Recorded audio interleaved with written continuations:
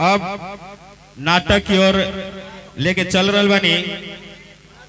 आप लोग के प्रथम अंक के द्वितीय दृश्य देखले नहीं जा ढेलावन राम घर फोरनी के।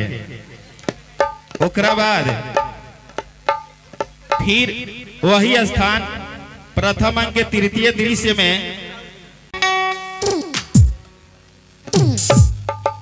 प्रथम अंक के तृतीय दृश्य में स्थान बूढ़ा बूढ़ी के घर।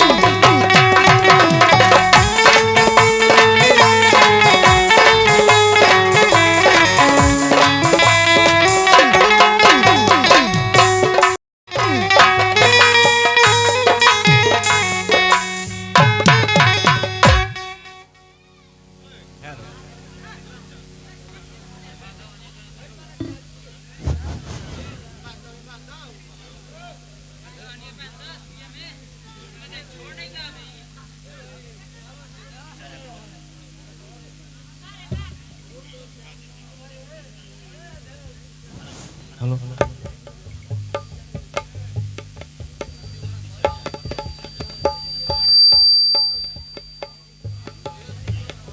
जुग जुग जिया हो हमार बचियो। तारा के भगवान बनैले रहस आ नाती पुता से घर आंगन पूरा भर रह कच कच। ए फगुआ में जोड़ा लइका देश जा आराम कर जा।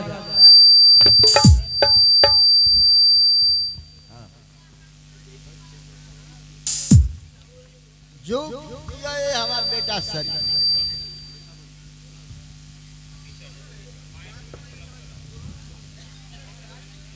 जुग जुग जिया है हमार बेटा।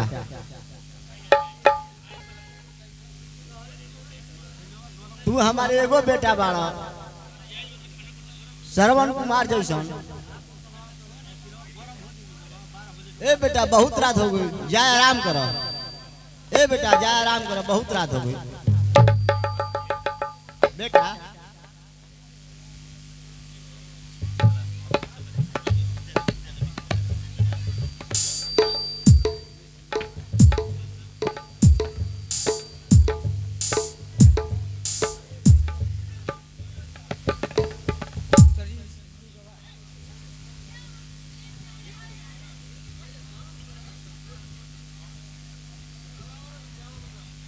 बाजी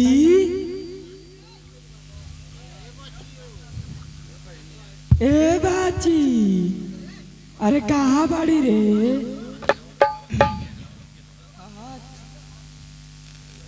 बाजी ए बाजी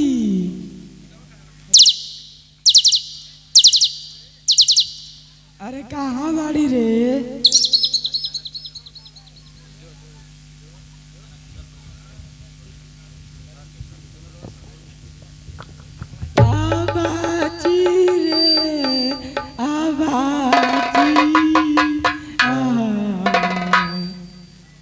दीदिया रे दीदिया बाची रे बाची दीदिया रे दीदिया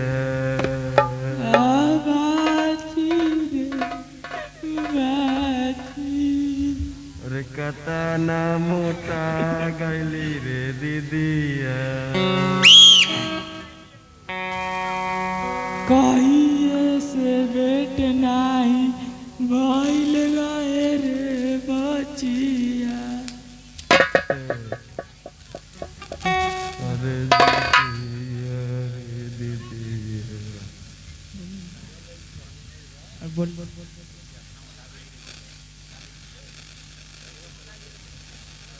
अरे कैसे मोटा गईली रे दीदिया कतना पतराइल बाड़ी रे बचिया। माई बाबूजी चले के बहुत रात हो गइल बा सुते।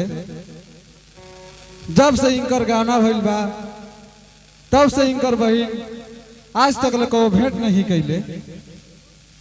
आज बहुत खुशी के बात बा कि इनकर बहिन आज हमनी के घरे आइल बई अपना बहिन से भेंट करे खातिर।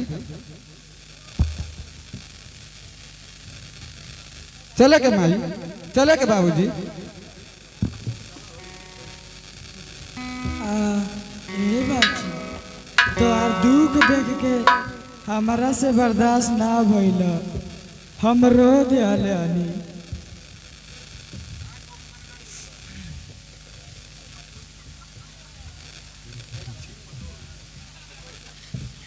ना ए दीदी हमारा कोनो दुख नहीं खे, तू आपन बताओ।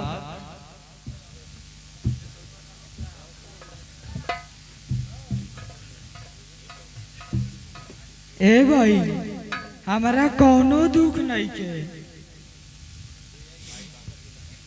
माई बाबू के नैयर में सेवे ना कनी जा आ तू आई बुढ़ावा बुढ़ियन के गोड़ देबा तड़ी।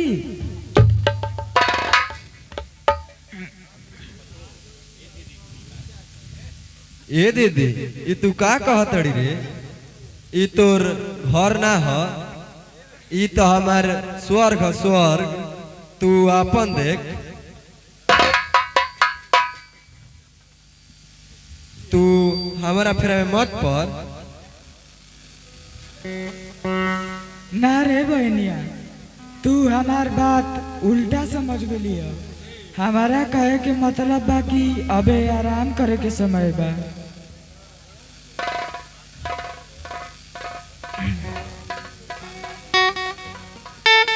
तोर हम बात समझ ना दीदी।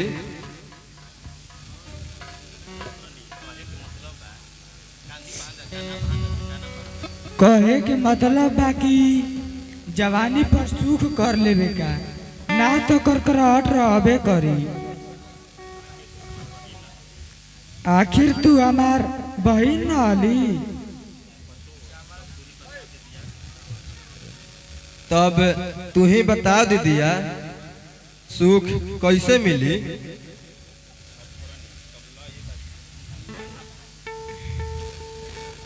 तब लो ए बाची सुन, जब तक कि बुढ़वा बुढ़िया रहियो सन तब ले सुख ना मिली। आ रहल बात मरद के, ऊ तो चित बदला से लाइन पर आ जाई, तब तक गुड़ावा हाथावा लुगावा सयावा सब पीछ के दी।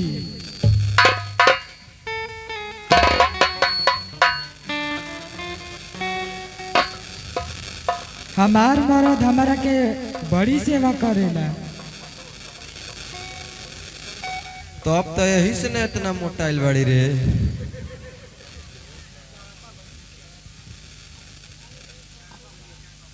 कबे ले हम देखत नहीं काहे इतना मोटाइल जातड़ी।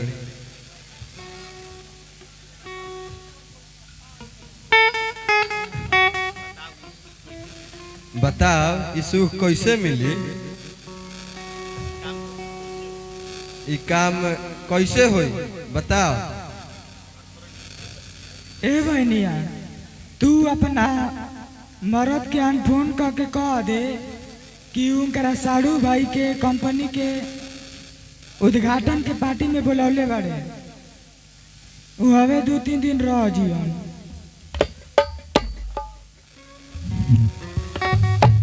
बाक रे तू ही जगह कह दे, चल जाए दे हमें कह दे।